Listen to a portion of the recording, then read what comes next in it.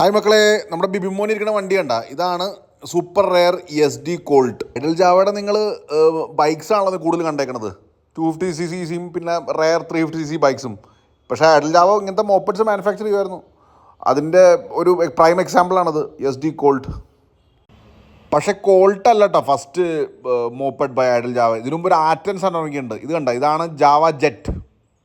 Java ഇത് internationally Java pioneer എന്ന് പറഞ്ഞ് ഇറക്കിയതാണ്.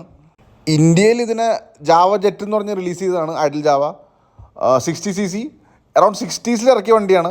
ഇപ്പോൾ ഈ കാണുന്ന വണ്ടി നമ്മുടെ ഡിയർ ഫ്രണ്ട് യോഗേഷിൻ്റെയാണ്, മാസ്റ്റർ റിസ്റ്റോറർ. അവൻ തന്നെ റിസ്റ്റോർ ചെയ്ത വണ്ടിയാണ് ഇത്. ബൈ ദ വേ, ജാവ ജെറ്റിൻ്റെ 3 വെർഷൻ ഇറങ്ങി. First A, type A, type B, type C. Type C കഴിഞ്ഞിട്ട് ഇറങ്ങിയാണ് പിന്നെ കോൾട്ട്, SD കോൾട്ട്. ഇത് ബേസിക്കലി വിമൻ ആൻഡ് ടീനേജേഴ്സിന് ടാർഗറ്റ് ചെയ്ത് ഇറങ്ങിയ വണ്ടിയാണത്. കോൾട്ടിന് 3 bhp അറൗണ്ട് 3 bhp ഉണ്ടായി. Speed of I think 40 to 50.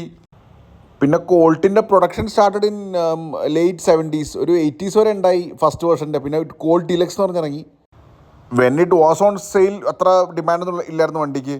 But now ഇതൊരു കളക്ടേഴ്സ് ഐറ്റം ഉണ്ട്. അത് ഇന്നൊരു ഫെയർലി ഡീസൻറ്റ് റണ്ണിങ് കണ്ടീഷൻ വണ്ടി ഉണ്ടെങ്കിൽ നേരെ മേടിച്ചോളൂ, ഒന്നും നോക്കണ്ട.